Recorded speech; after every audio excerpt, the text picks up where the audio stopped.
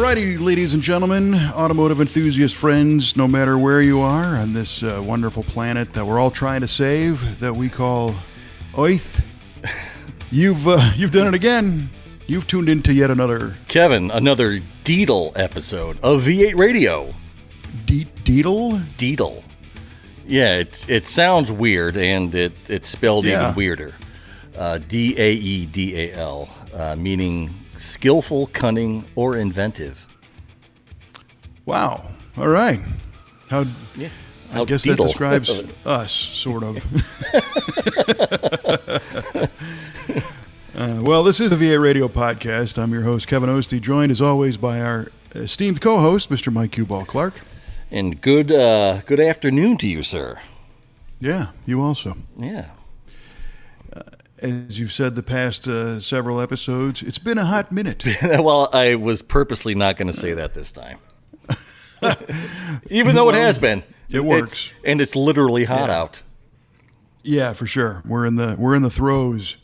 All around the world, I think everybody's hot right now. So, especially our friends across the pond in jolly old England. They are just really getting hammered. It's like 105. Not very jolly. No, not merry at all. No, they don't have air conditioning. They're just getting beat. Yeah. Well, you know what else gets beat? Our automotive trivia question. Me, when I answer a question, that's who gets beat. I wasn't going to say that, but that's okay. So we throw out there an automotive trivia question at the beginning of every episode, and then at the end of the show, we reveal the answer in all its glory, and everybody can take a nice collective sigh of relief when that is done. And have you, in fact, prepared a question for this episode? Indeed, I have. And this question comes courtesy of our official V8 radio statistician, Yardley. Oh, no. Oh, yeah. And we may have had this question before because it sounded really familiar to me, but I'm going to throw it out there anyway. So, Kevin, in its half-century history, the Chevy small block has been manufactured in more displacements than any other Detroit V8. Can you name them? Yeah. So it's, you ready? You got a pen? I'm ready. 262, 265, 267, 283, 302, 305, 307, 327, 350, 400. Ooh, you rattle those off like you were ready for this. That's awesome. Well, I wouldn't say I was ready for it, but the one that got me in the past was the 260, which is a Ford engine. Aha. That was a Jeff Smith thing that hung me up on that one. Oh, right. That was what was the smallest displacement small block Chevy, I think, was his question. And I said 260, and it's the 262. Ooh, allegedly. Okay. Allegedly, right. That's right. So final answer, I'm assuming? Is all that, yeah. All right. That was. All right, I got you. You said 262, 265, 267, 283, 302, 305, 307, 327, 350, and 400. Got it. Duly noted. Yeah, and those are standard production generation 1 and 2, not Gen 3 LS type. Correct. Right. All right, good. Yes. Well, that's what I'm going for then. All right, then. We'll find out at the end of the show. All right. I've got one for you because I know how much of a Corvette fan you are. Absolutely. You know me so well. Okay, here it comes. What is a mid-year Corvette, and why do they call them that? And why do they call it? Oh, brother. What is a mid-year Corvette? Okay. So that's a great question. You've no doubt heard the term a mid-year vet. Actually, I haven't. Oh, right on. This is going to be a good one. This is going to be friend. a phenomenal question. Great answer. It's about to hit you. Okay, let's see. I'm going to say a mid-year Corvette is a Corvette. So this answer is going to sort of encompass the whole question here. A mid-year Corvette is a Corvette that has had a major styling change, literally mid-year into the production. So you could have, say you had an 84 Corvette that had a certain front-end treatment, and then mid-year they changed that front-end treatment during the production run, and so that's your mid-year Corvette. Very interesting. Yes. Isn't it, though? Isn't it? Yeah. Mm-hmm. Right. It's and I think something. a specific example, say an 84 with a front end change halfway through. Okay, is that your final? That is, to spare our listeners any more agony, that is my final. Okay. All right. Duly noted. Appreciate that. Yeah, so we'll find out later. Yeah, man. And in the meantime, you've done a considerable amount of work on the GTO in the past few minutes. How about that? Yeah, I have. Where did we leave off on that? Well, here's what we've done, I think, since we've last spoken about it. I had the wheels and tire. I had the tires removed off the wheels. Had the wheels sandblasted and repainted and clear coated to a stock factory appearance, and they look flippin' dynamite. And had some new tires put on. They do look good. Yeah, thanks. Yeah, I'm super happy with how they turned out, and I can't thank my good friend Randy enough, because we took them to our other friend Rob's shop and blasted them there, and then took them back to his place and cleaned them up and painted them, and he kind of finished them up for me during the week, and then got the tires mounted, and I got some new lug nuts and cleaned up the center caps, and they look really, really, really good. I mean, I'm really impressed with how these turned out. Yeah, and the other interesting thing is that those are the wheels that were on the car. Yes. So you didn't get a new set. This is Correct. just took them off and stripped them and redid them. Yes. And you also now have tires that were manufactured in this century. Correct. Isn't that amazing? Oh, What brother. a difference, huh? What a difference. I took it for a spin the other day, and it is a noticeable difference. I still have to get the front end aligned, which I haven't done in forever. That's going to happen next week, and I will almost be ready to drive this car down to the Drive In Cruise this August. That's outstanding, man. because that event is coming up. It is August 21st, I believe. 20th. 20th, excuse me, August 20th. Yeah, and as we record this, we're like 30 days out. So Right. we have a lot to cover to finish on that event, to get prepared. This year, it's been a 2-year hiatus, so everybody's kind of getting back in the swing of things, and there's a lot of excitement, got a lot of people going. So I think for sure. maybe what we'll do in our next episode is kind of a deeper dive preview of the Drive-In Cruise concept and past shows and the event, and set up your adventure. Yeah, man. That'll be great. Yeah. Cool. And at this point, I would like to interject one quick piece of trivia about this episode. I'm recording this one in my office in the V8 Speed and Resto shop, and it might sound a little different, a little more reflective, if you will. That's why. But the content is still what we're coming for. Is that what it is? That's it. It's not the reverberation. No, man. It's all good to hood. All right. Yes. So when you got the wheels and tires, mounted on the GTO, did you? I mean, obviously they're on the car now, so they weren't all like pitted and bent and completely screwed Correct. up. They were just time ravaged. Yeah.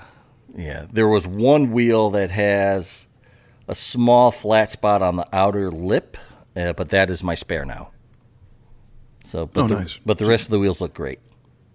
And it's a Ram Air 2 wheel on that thing, right? It's a Rally 2, yeah. Oh, I'm sorry, Rally 2. Yeah. That's cool. Yeah, man. Even the spare. Even the spare, yeah. I wanted to make sure I had a good spare because I was running the spare for a while because the 75-year-old tires I did have, one of them wasn't holding air anymore, so I had to use the spare, which was probably 80 years old. I think it had a wooden spoke wheel. And, for sure. That's how old it was. So I was running that. It was a Rally Zero. Yeah, pretty much. A Rally -5. So I put a new tire on that one, and we cleaned that one up as well. So it's a full set, all 5. Very nice. Yeah, man. A few other things I did. Once we got the car back over a year ago, had an issue. I had to replace the transmission pan because the one I had on there was just the trans was sitting out forever, and water got under the pan, and it rusted it quite badly, and I didn't want to use it. So I picked up an aftermarket pan, and from the word go, it was leaking. I mean, severely leaking. After a week, there would be a puddle under the car. And I pulled it down, and I put another gasket on there, like a fiber gasket, and I used some Right Stuff on both sides of the gasket, and I think I was too impatient with it. And I put fluid in a little too soon, probably before it cured properly, and it still leaked. And so I found a rubber gasket, and I decided that I was going to be a lot more patient this time. And I put a bead of Right Stuff over the pan, and I put the gasket on and made sure everything was lined up. And I flipped the pan over, put a couple things heavy on there, let it cure overnight. The next day, I put another bead on top of that gasket, and I put it up into the car, and I screwed it up into the transmission. Not all the way, just kind of snug, and let that cure, and then I gave it a final tightening. And it's been 2 days now, and I have not seen one drop of transmission fluid come out of that pan. Man, it's almost like you read the instructions. It's almost like I read the instructions. Let that be a lesson to you, kids. The instructions are good. That's great. Yeah. I'm envisioning those steps, and it's satisfying. It's weird. But I'm just envisioning just the right amount of sealant, and then, like you're saying, flip that pan over and put a nice weight on it so that everything is going to cure nice, and then the next day you flip it over, and there's no extra squeeze out or anything, and the gasket's not going to fall out as you try to put it in place. Exactly. A little more of the glue, and then up it goes, and just kind of make it happy, and then torque it later. So that's cool. I'm glad that it's holding, because that would have been really aggravating if it leaked again. Oh my gosh, I was gonna just sell the car if it was leaking again. I don't know what else you could have done. Yeah, right. Maybe try to use an aluminum pan or something with a nice flat surface. I don't know, but and re-engineer the whole thing for exactly. And then another thing I did was the fan shroud I had in there was chewed up pretty bad, so I replaced the fan shroud, and I replaced the radiator fan from a 5-bladed fan to a proper 7-bladed fan with a fan clutch. And I took it for a little spin yesterday, and temperatures are staying in check quite nicely, which I'm pretty happy about. So they were creeping up pretty good. When I was just doing some slow driving on a hot day, it would get, into the 210s, 220s. And I know that's not enough to really cause a lot of damage, but it's a little hotter than I wanted it to be. So it got up to maybe 190 yesterday, which I'm pretty happy with. And it's been hot outside. Yes, it has been hot outside. Ambient. This is the time to find that stuff out. So exactly. Yeah, that definitely finds the weak points of your cooling system. So these are all great upgrades. Yeah, thanks. And it's been a long time coming for some of those, especially the tires. But the one we all want to know about is your harmonic balancer, Jeff. Oh, yeah. So hit a little backstory on that. So I get a text that says, I need an opinion. Yo, bro, you got a minute to chat? So when I first got this car, and I would drive it around, and I would come home and I'd turn it off, and I would hear, it's hard to describe, but like a ring spinning on something. And it would spin for a few seconds and then stop. And it didn't seem to be causing any problems. I wasn't sure what it was. And one day I was under the car and I found out what it was. And on a 67 GTO harmonic balancer, it consists of a hub that goes onto the crankshaft snout with a flange on it, and then there's the pulleys bolt to that, and then inside the pulley recess is the balancer itself, which consists of a center sheet metal hub and an outer cast iron hub, and that's bonded together with rubber.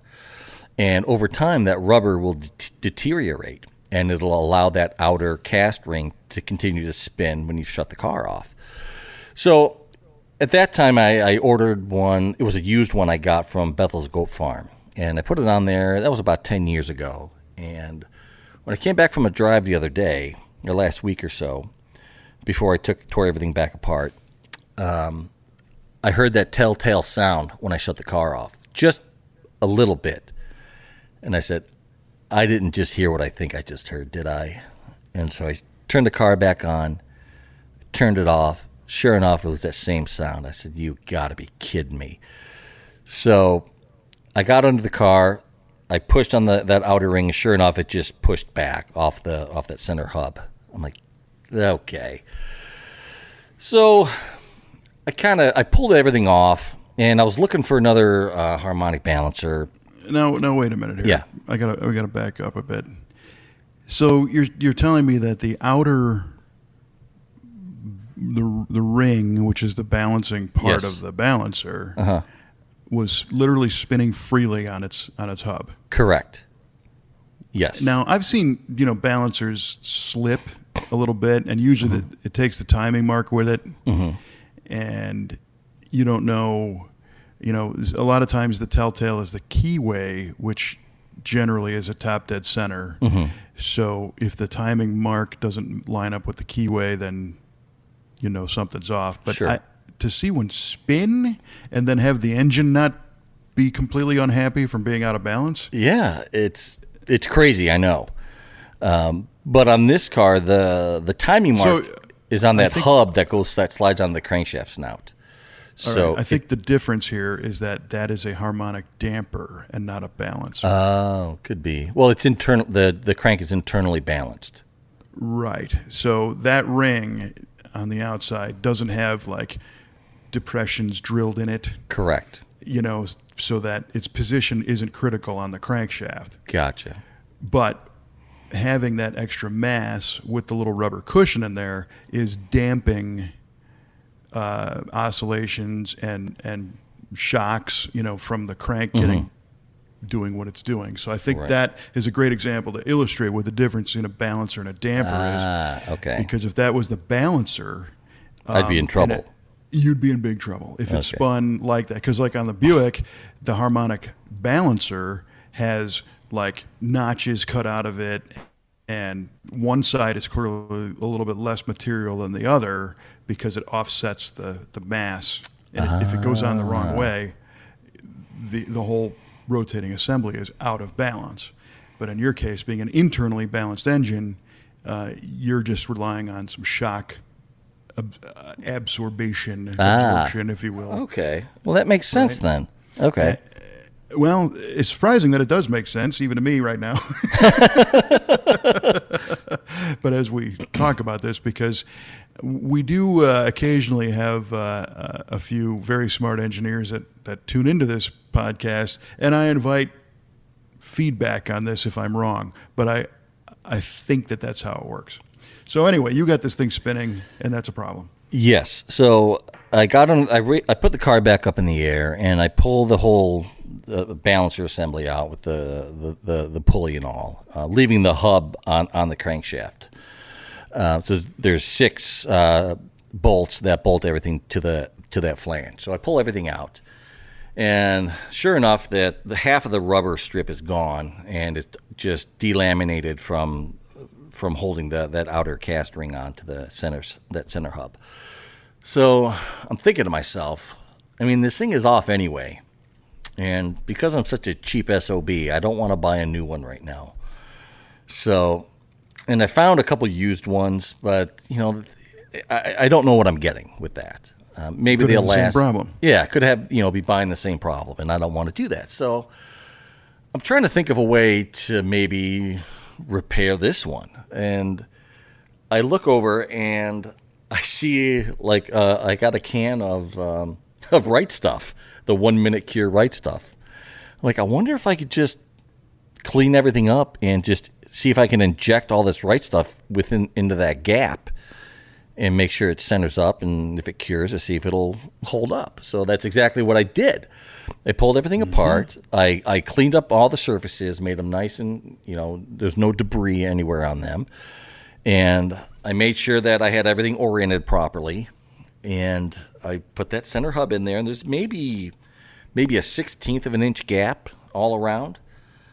And this Right Stuff comes in a pressurized can, and I just put the tip in there, and I filled it all the way and cleaned up all the excess, and I just let it sit I let it sit overnight. And I went back the next day, and that center hub is not moving at all. There's no give or anything. I mean, it's there.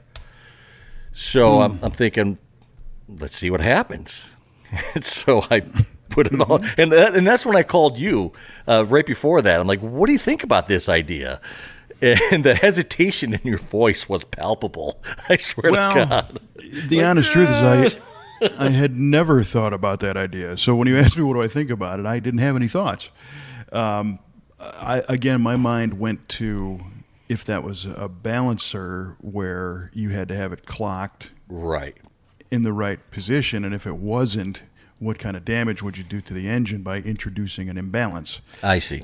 But in this case, now that we talk about it, and I think it's just a vibration damper, you could have put that thing on anywhere. The only concern would be, is it concentric to the hub so that it's not wobbling? Right. And that was my concern too. Luckily, I was able to use that remaining rubber as kind of a spacer to make sure that everything was centered where it should be. So I used that to center it up. I put all the Right Stuff in there. I took the rubber out, made sure everything was filled, and just let it sit. And then when I put it all back together and I started the engine and I looked and I shined a light on that balancer, and there was zero visible run out I could see on that outer cast ring at all. I mean, it was just dead steady. And that's the amazing part, because it had the opportunity to be, again, non-concentric, but it also had the slight opportunity to be installed on an angle. True, but everything was laid flat on my bench, so everything came in contact. You used the same bench that you put your transpan gasket on. Yeah, so the good flat spot, and it doesn't leak. Yeah, it's perfect. See, it's perfect.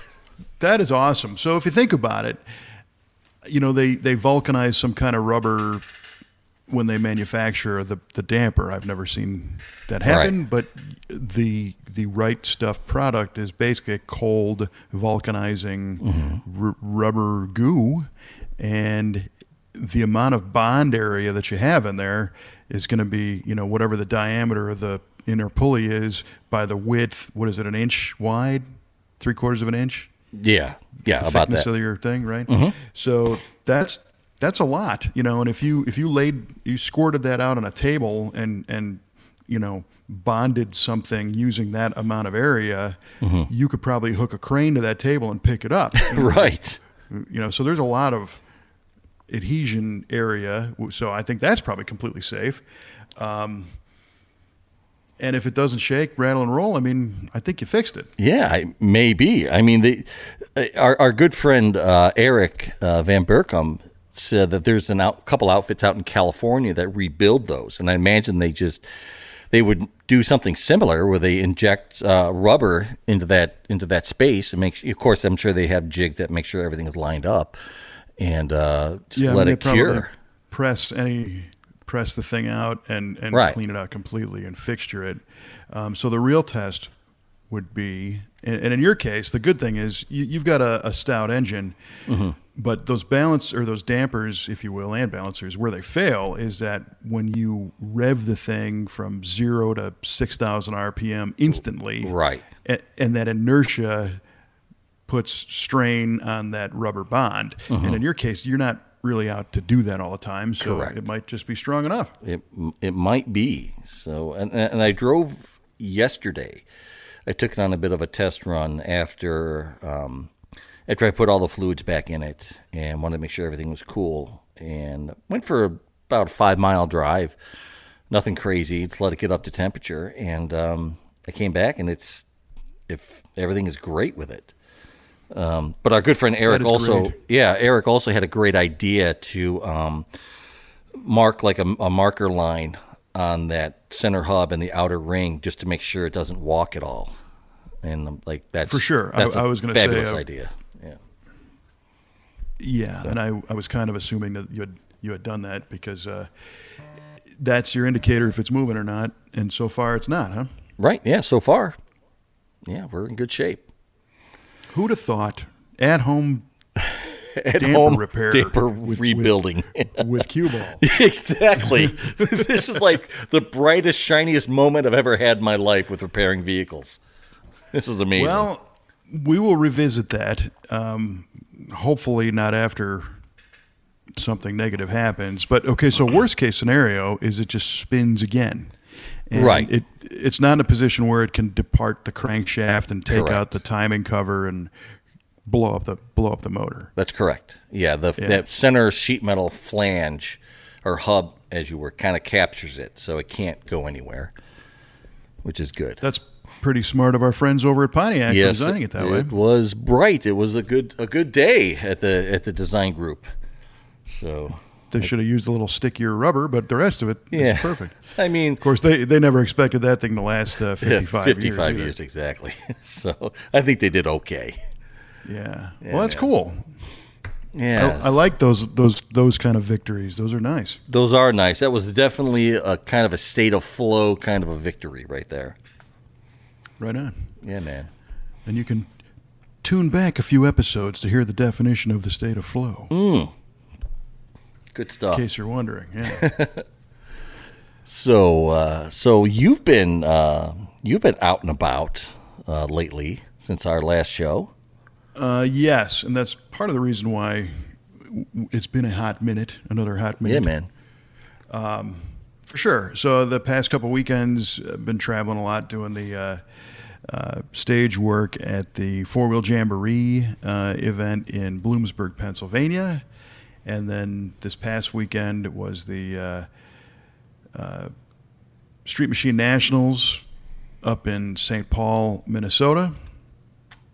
And it's been a lot of fun. You know, it's been a lot because I've been traveling a lot.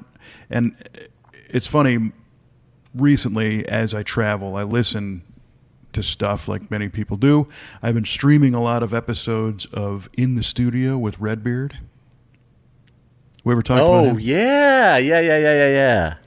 So Redbeard is a radio personality, I think, out of Dallas, and he's had a 4-decade career, and he has interviews with like every major rock and roll band. And recently they've been celebrating like the 40th anniversary of a certain album, and he happens to have a recorded interview from that band when that album came out, supplemented with some later stuff. So it's always interesting to hear the story behind the music for me. I'm a big music fan. And, oh, yeah. I get to learn how this stuff came to be, and it's kind of funny. There's some stuff that I didn't really like that much, and then when I heard about how it got recorded and what, you get to know the band members a little bit through this, now all of a sudden I really like it. Oh, right on. Yeah, it's cool when you know the history behind something. It kind of takes on a whole new life for you. For sure. Yeah. But the correlation was that there are bands out there that have been touring and playing, 160 shows a year for decades. And here's me complaining about being on an airplane for 3 weekends in a row. It's not the same.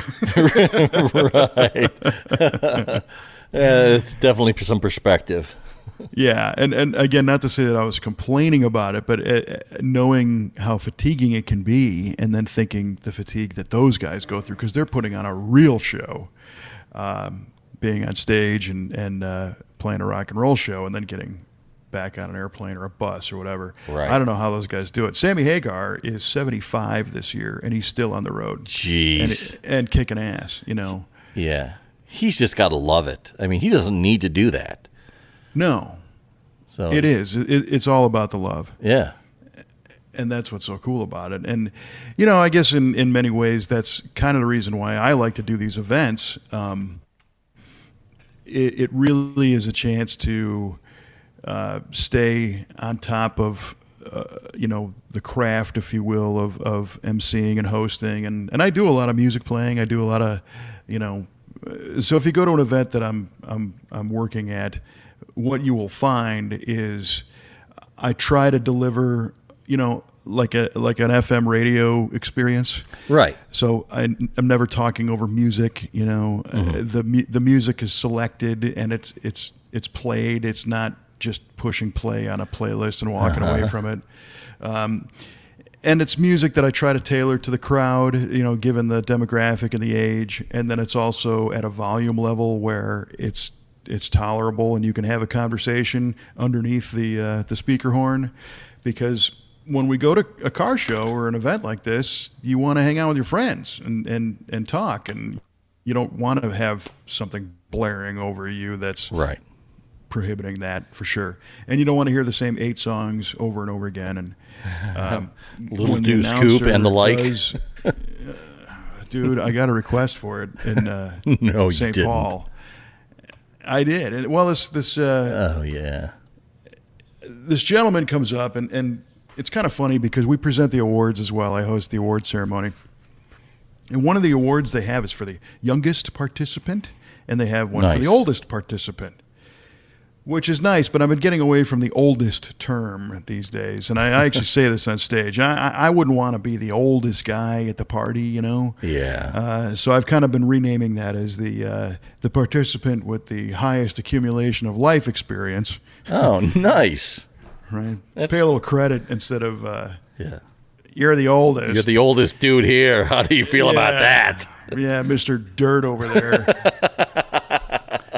However, a senior longtime life experience member had come up to me and he said, "What's going on with this music? Are you in charge?" And I said, "Well, yeah." And I was playing a pretty good mix of, you know, 60s, 70s classic rock with some 80s stuff thrown in there. Cool. And generally getting a good response, you know. It's songs that people knew. It kind of fit the era of the cars. It stretched back to some of the stuff when these cars were new, and those participants had them all the way up through, you know, again, into the 80s. Didn't get much into the 90s, but I said, well, I'm playing, you know, what's up? And there's another big show that happens at the Minneapolis or the Minnesota State Fairgrounds up there. It's called Back to the 50s. Okay. Back to the 50s is huge. I mean, like 10,000 cars. It's a giant show. Oh, wow. And I think the Street Machine Nationals event this year was around 4,300 cars. Holy So cats. it's not a small show, but it's not quite the size of 50s. And there's differences and reasons and, you know, different attractions and whatnot. But the guy says, well, if you're playing the music, I haven't heard any car songs. You know, what the hell? And I said, man. okay, so like Little Deuce Coupe and 409 and Dead Man's Curve and Little GTO and Hey Little Cobra. And he's like, yeah. How come you're not playing all that? And I said, well, he said, you know, back in the 50s, they play that stuff constantly. And I said, there's your answer. Mm-hmm. Well, what do you mean? And I said, well, it's my understanding that back to the 50s, they play those songs, which is cool. It's a car-themed thing. And they play them over and over again. And you've probably heard those songs a billion times. Yeah, you're right. Mm-hmm. I said, so what I'm kind of going for is recapturing maybe the era, or more importantly, when you were out cruising with your buddies in your GTO, what was on the radio? You know, what were you enjoying that day? You're having a good time. You're doing whatever you're doing. And maybe what I'm playing was along for the ride. Well, yeah, that makes sense. I said, I don't know that you were out cruising for chicks in your GTO at the burger stand with, Little Deuce Coupe cranked up. It's kind of a novelty. Yeah, I guess it makes sense. All right, hey, thanks. Keep doing what you're doing. Yeah, right. Well, then, and the funny thing was, he said, well, today it's much better. Yesterday was horrible. And it's, the same variety. It was right. Not the same order, but the same bucket of songs. Uh-huh. That was great. That's funny. I mean, if that's hopefully that's the only complaint that you got for the music that weekend. Because it was. And I employed a couple of the attendees, the participants. So that type of show is cool because you'll find, a group of people that all go together and they put up an easy up and they're hanging out. They got their cars all together. And right. There was some that were positioned kind of close to the stage. And one guy came up and he said, hey, my favorite band of all time is Boston. He said, when the first Boston record came out, I had just gotten out of high school and I saw him in concert and it just brings back good times. Can you play Boston? And I said, sure, we'll definitely play some Boston. And I told him that the man behind the band, behind Boston, Tom Scholes, I look at him as kind of a hot rodder musician because this guy is an engineer, and didn't even have a band. He was working for Eastman Kodak at the time. Right. Or Polaroid. He was working for Polaroid.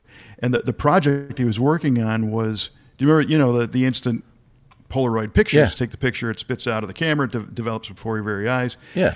Polaroid was working on film like that, motion picture. Oh, really? That you would shoot, and it would self-develop on the reel. Oh, wow. Right then. And that's what Tom Scholes was working on, believe it or not. Huh.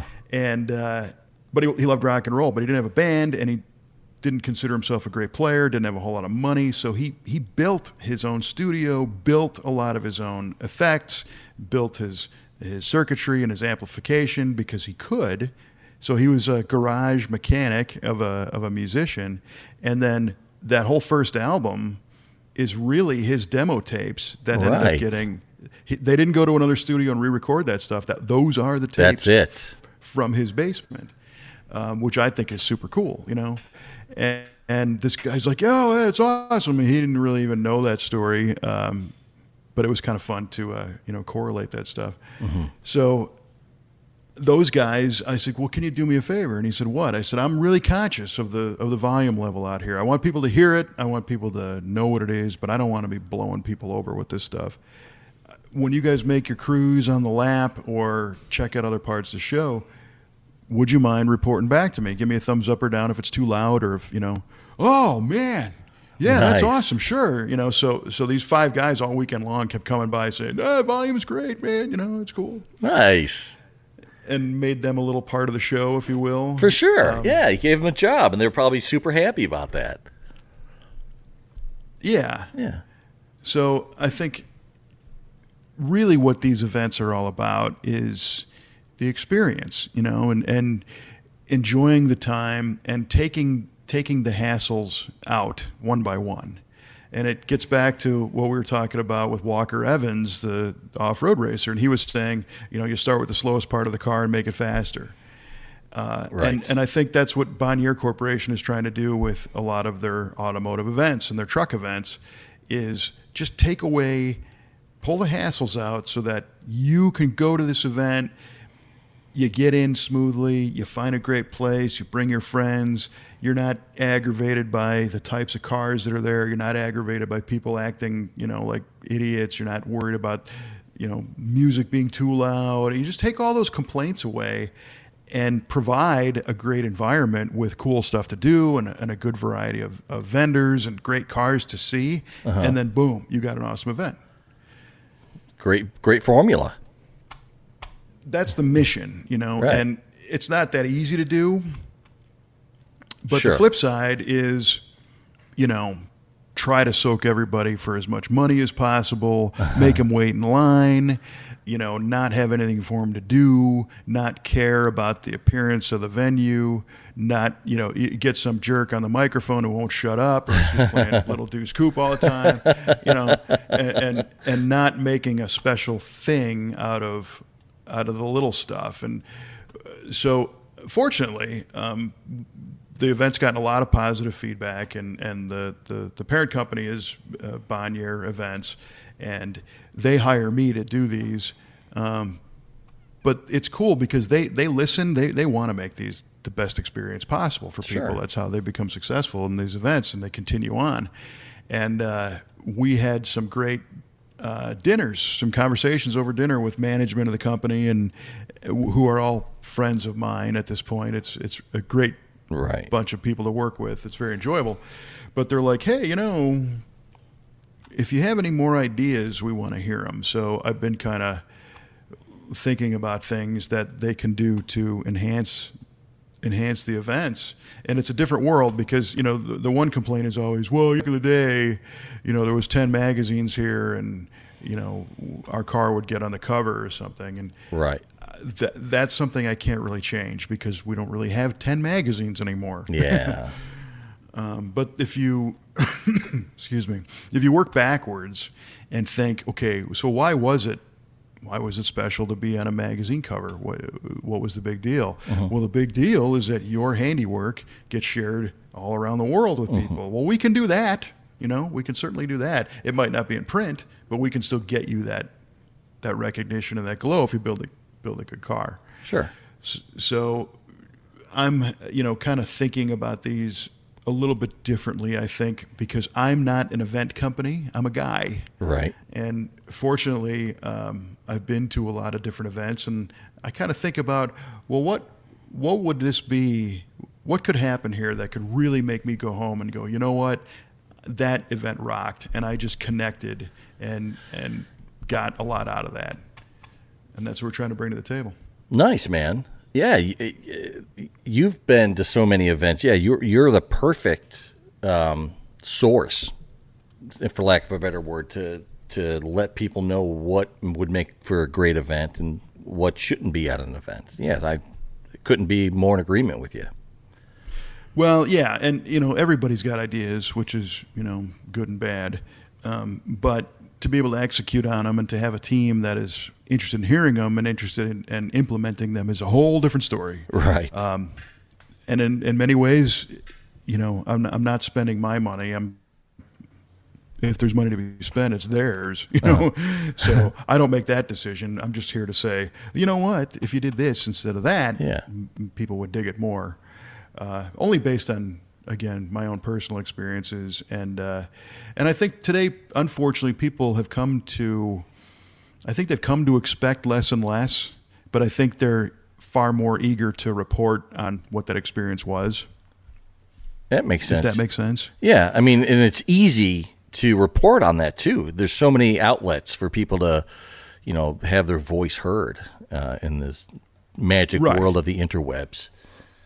And there's a lot of choices, a lot of different things to do. And good guys do great events, and of course the Power Tour we've talked about many times, and the FM3 events. There's a lot of different things to do. So, what is very enjoyable about those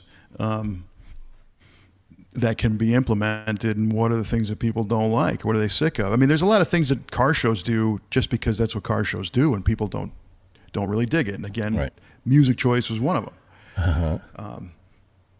And then at the end of the day, I'm also kind of doing recon of things that would make our little event, the Drive In Cruise, be more fun for the people there. And that one is interesting because it seems to be, the number one comment I get is, "Oh, we had a great time," and we're not pushing anything on them. It's very self-guided event, if you will. People show up, they hang out with their friends, they watch a movie, they go home. It's simple, There's a little bit of a car show in between. They can win some stuff. I mean, to date, as we're talking right now, we've got over $4,000 in giveaway items for the event this year alone. Yeah, it's great. Lisa, our marketing assistant here in the shop, has been just killing it, getting some sponsorship and giveaway stuff. So that's all been really cool. Lisa's awesome. She's doing a great job. I'm very happy. So yeah, in a nutshell, I guess sometimes I think a lot of people think that, corporations or big companies that are putting events on and doing stuff, they're being done by people who aren't enthusiasts, or they're being done by people who are not genuinely putting themselves in the attendee or the participant's shoes. Yeah. A lot of them are coming up with some great ideas. Yeah, we can do this, and we'll charge them $30 and they can get a shirt and a hat, and it'll be great. And really, I have enough shirts and I have enough hats. On the other side of that coin, it's got to be a really nice thing and a special. I'll buy that shirt if I had a great time. I'll wear that shirt every day of the week. But if it's me feeling like you're just trying to sell me another shirt, no. Gotcha. Yeah. Yeah, I get that. You want the showgoer, to I don't know how to say it, but to feel respected, I guess. That their presence is appreciated at your event, and without trying to shake them down. Right. Yeah, and little appreciation goes a long way. Yeah. I mean, it's incredible. And in different ways. Again, like asking those gentlemen to report back the sound level. Now all of a sudden they're running around like they got ownership. Yeah, they got some buy-in right now. Yeah, they've got some input on the overall experience. And for me, it was just getting help. I was just happy to have the help. Sure, absolutely. Yeah, you're a good idea man. Well, part of my problem is, like everybody else, I have ideas, and then as soon as you get home from the event, I've got a whole new pot of stuff to do at the shop, and those ideas kind of vaporize. Right. So what we're trying to do is capture those and use those and expand upon them and make them happen. So that's the next phase. And here at V8 Speed and Resto, Kelly and I work very well together because she runs the shop, and I'll come up with all these ideas and she'll take the good ones and make them happen. Nice. Because I'm getting clogged up with other ideas, right away. Yeah, for sure. You should be walking around those shows with a little voice recorder and just firing off ideas into it as you think of them. That way you keep them from evaporating. Well, what's funny is I do that now quite a bit. Oh, do you? Fortunately, yeah. The phone has the Notepad app, and I can just dictate notes, and then it syncs to my desktop computer, my laptop, so I can see them. And I have been making a process to check that every day to make sure I'm not forgetting anything. Nice. Because I, my attention span is pretty strong, but there's just so much to think about, and I get pulled in so many different directions that some of the good stuff does get lost. So trying not to let that happen. Yeah, I heard that. On the other end of that spectrum, my attention span is that of a flea.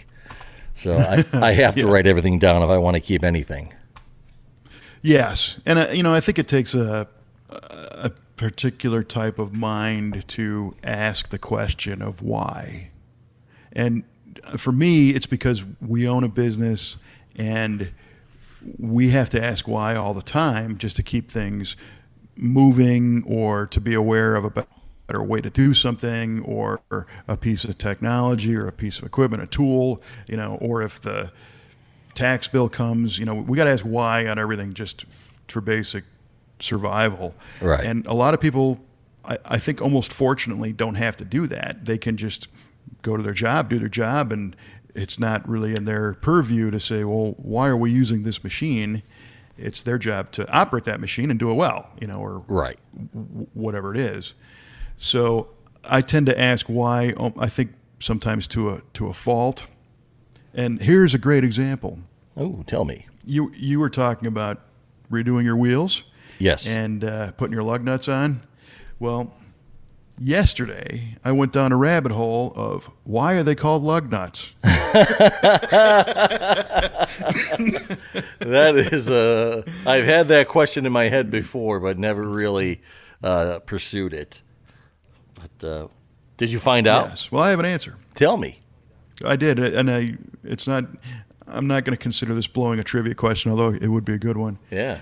The most satisfactory answer I heard is that it goes back to Middle English, and a lug was a slang term for something that was big, heavy, and hard to move, which we still kind of use today. Yeah, your so big the thought lug. was that, well, yes, and maybe a lug nut is hard to loosen, which led to the development of why they are conical seated lug nuts today, because they help center the wheel on the stud, but also apparently in England in World War II they were finding out that we saw a lot of women driving and people that didn't have the strength of your average man, and they were getting flat tires, and a standard flat nut was like way too hard to loosen.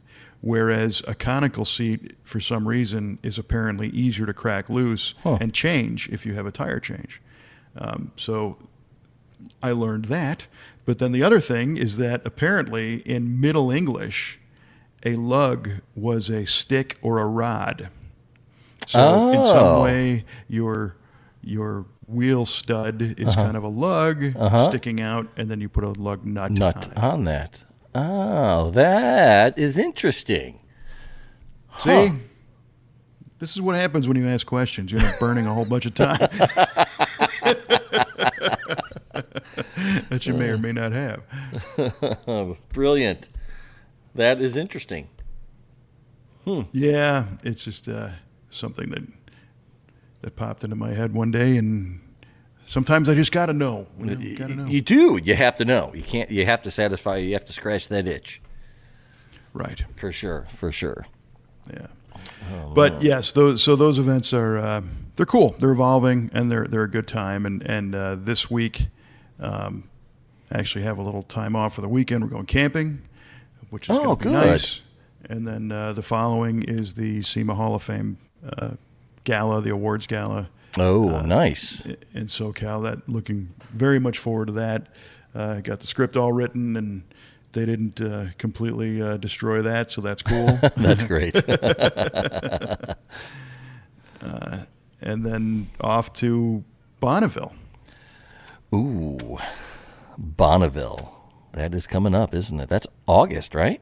Yeah, beginning of August. And I've spoken with Mr. Tim Johnson, who is the guy that currently does the live stream video from the starting line for El Mirage and Bonneville SCTA events, and helping him out. Going to be doing some starting line reporting and interviews of the drivers live, which is going to be nice. It's going to be interesting, man. It's like a constant rain delay out there, because the track is 5 miles long, and then there's a couple miles of shutdown, and they don't send the next car down the track until it's clear. So there's a lot of dead time. There's a lot. I call this the world's fastest, slowest thing. Right on. Because it's not like a drag race where you line up 20 cars in the staging lanes and just go, go, go, go, go. Right. No, this is one car goes, and then you wait. Oh, man. And once they're out of sight, I mean, you're just looking around like, okay, now what? Right. It's really difficult to cover the event like from a television or a video standpoint, because it's 5 miles long, and they don't allow for drones or anything over the course, and like that's going to keep up with a 300-mile-an-hour streamliner. Right. So you just wait, and you're listening to the CB radio to hear the times be announced. So there's, it's intent as you wait, you're listening. But in the meantime, what do? So they wanted to do live stream video of this for a long time, and they've done it for the past couple of years. But between the runs, it's cool to see the car go. Well, then what do? So that's kind of where I'm coming in to help do some additional interviews of whoever's next in line and get those stories. Okay, that's cool. Whatnot. So yeah, it'll be fun. And Tim's done this in the past and has done a great job. The more people you can help out with, the better. So it'll be fun to do that. And then he also said during downtime, like one of the challenges they have is the cameras overheat. In the sun, Yeah, and the stream will die, or there is no cell service. It's very limited out there, so Right. they'll lose the signal and not be able to broadcast. So in the meantime, he's going to be streaming episodes of the Bonneville Up to Speed podcast. Nice. A little more of a filler. So yeah, that's cool. That's good stuff. God, I love that podcast. That is just so interesting. Thank you. Yeah, man. I mean, the guests are they're brilliant, and I love how they all know each other, and it's such a small community, and they all help each other. It's great. I mean, it really says a lot about what people are capable of, and how good they can be to each other. It's a really good listen. If you haven't listened to it yet, folks, listen to it. Wow, right on. Nice plug. Thanks, buddy. But you're right. They are the guests are people that they're in it. They do it, and that's what makes them interesting. They got personal experiences. It's not just commentating. Kind of like what I do. Right. These are actual racers and people that really know what they're doing. But I think what I'm learning is that in organized racing, you have a lot of really high character people. Yes. You have a lot of people with solid character, solid outlook on life, and those are good people to be around and hear from. So For sure. All day. I would love to meet some of these cats. yeah, well, you'll get your shot. We will. Unfortunately, this year I won't be able to go. I know we talked about that. Well, this year maybe not, but maybe next year. I had a wild hair for a little while to actually drive my Galaxy out to Bonneville this year because the car's doing so well, and it'd be great to get it out there and get some shots of it on the salt, and have it there also as a utility vehicle because the trunk is big enough to throw all our gear in. Right. But I'm not going to have the time, and I have to be back. I have to be in Southern California for the SEMA thing. Not dead stuck on the side of the road in Man. Nebraska somewhere. So maybe we'll choreograph that a little bit better for next year. Yeah, for sure. That needs to happen. That would be so good for your soul to drive your Galaxy out there.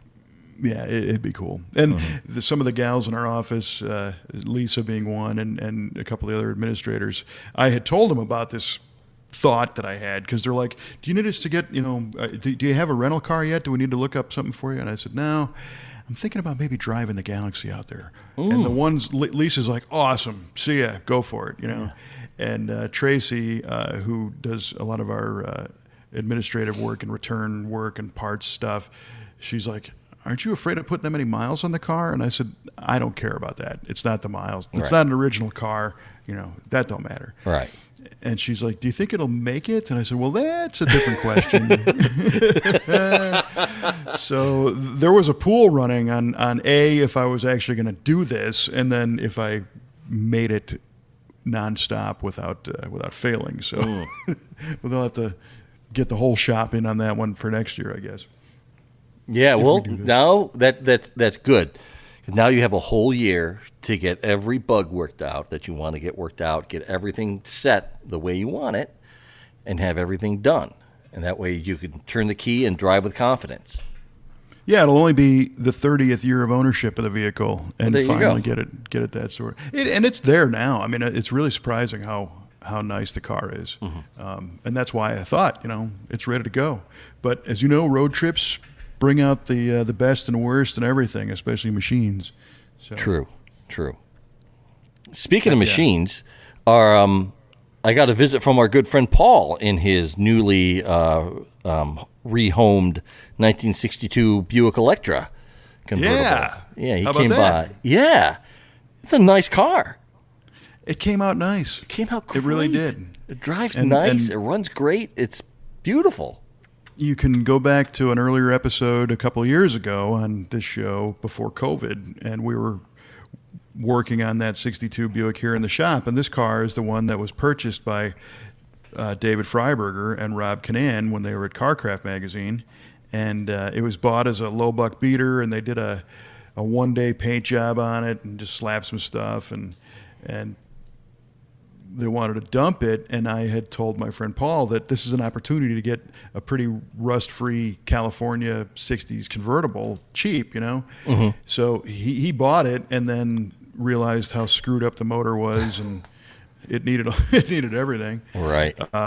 So he did a few things on it and kind of parked it, and then finally was able to get it out of mothballs, and he sent it to us to help him out. So we did a driveline conversion with one of the many sizes of small block Chevy, and put a Chevrolet pattern overdrive transmission in it, and AC, and finished a disc brake swap, and rewired the whole thing. And our interior shop, Jay in the interior shop, killed it. He made door panels and recovered the seats and put a top on it, and did a dash pad and some console work. And once we got all the lights working and the brakes and, you know, exhaust and everything, the car, you know, the one day paint job, I did a little bit of hand rubbing on, so I hand compounded the car and then hit it with a ceramic treatment, and it looks really, really surprisingly good. It does look good. I was really impressed. I said, "This is the world's ugliest paint job? Come on, it looks really good." Yeah, that's what Freiberger called it, but it's Daytona yellow, so it's a color you got to really, you know, you really got to like it. But it's got a white convertible top and a black interior, so I mean, it all goes together. Yeah, it looks really great. I mean, it really looks great.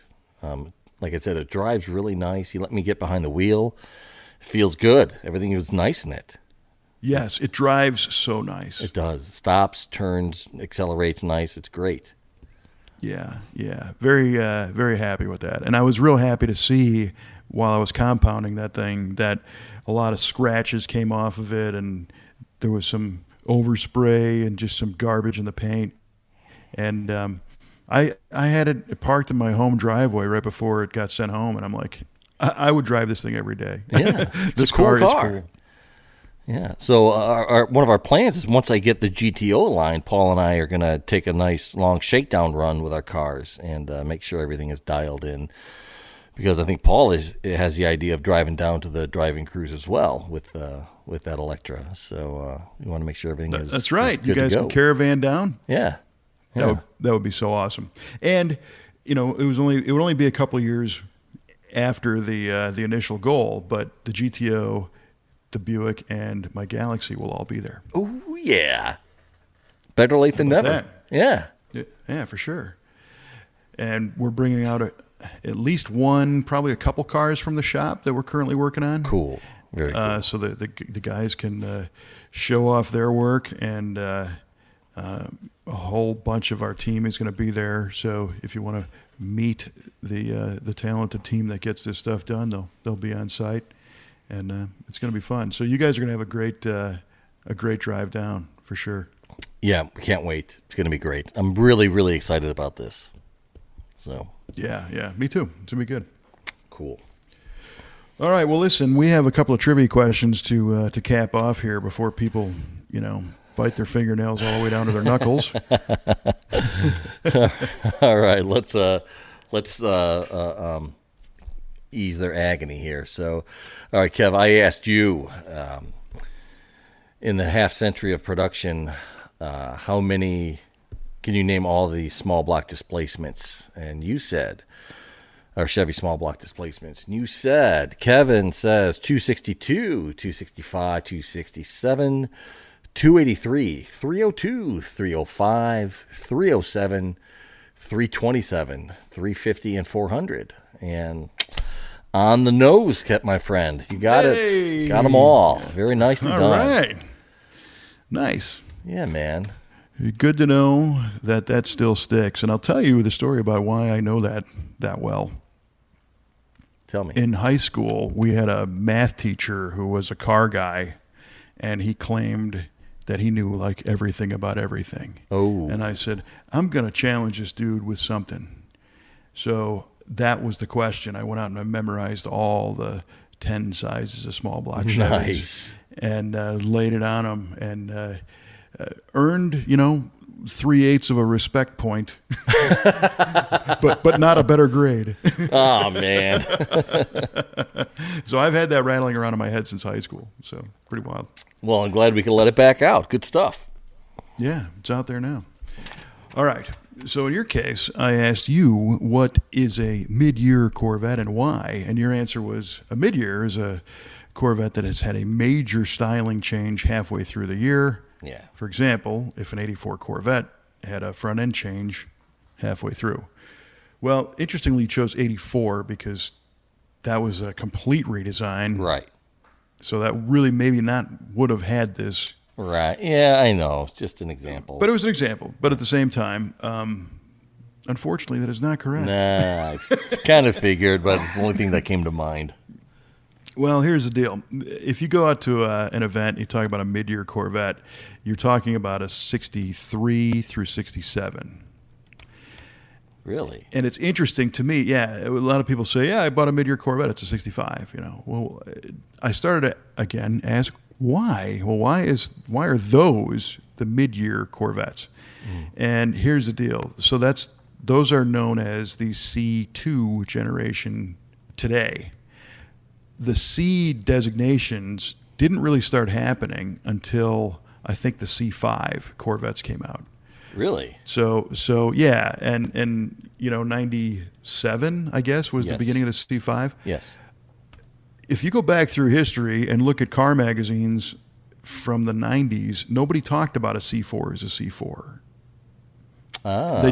There wasn't enough generations, and that whole naming by generation concept really hadn't caught on, I think, until C5.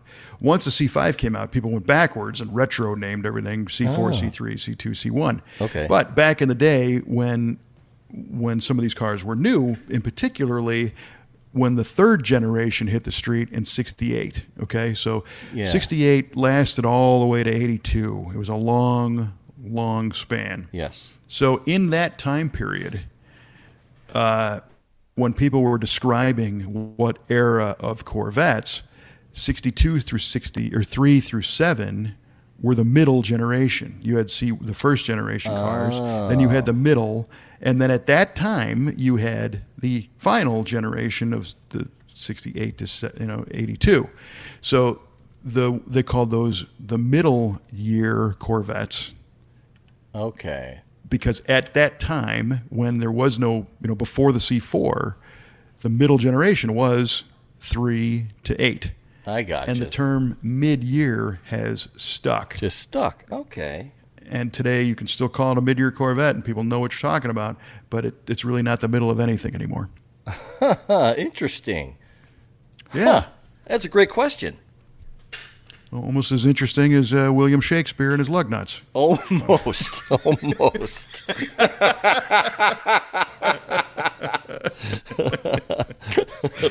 real close. Real close. Oh, man. Yeah. Well, anytime I can... Spending too much time on airplanes. Yeah, anytime I can learn something interesting from a trivia question, it's a good question. Well, there you go. That must be a great one then. Yeah, it was phenomenal.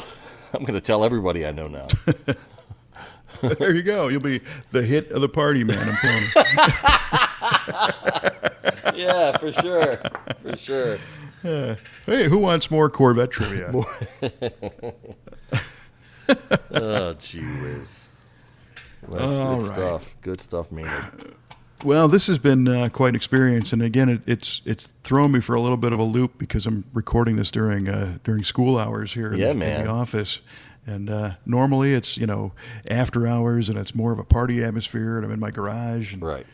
Not sure how to react, but it was a nice diversion. Yeah, well, good. Yeah, I'm still in V8 Radio Studios North in the old garage in Plainfield, Illinois.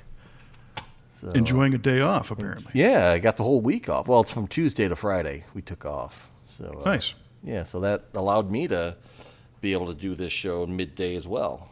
So well, and appreciate you sharing your off time with all of our loyal listeners. Oh, for sure. I mean, we got to get it out, man. That's right. The people want what they want. So who are we to deny them? Yes, I'm not even going to touch that one. That's great. Fair enough. All righty. Well, that means I got to get back to work. So, listen, we appreciate you tuning in. If you dig this show, hit that subscribe button. You never know what completely useless trivia you're going to hear next time, and nonsensical stories and experiments in machine vibration control with Mike Cuball Clarke. I'm working toward my engineering degree. There you go, in your home garage. Exactly.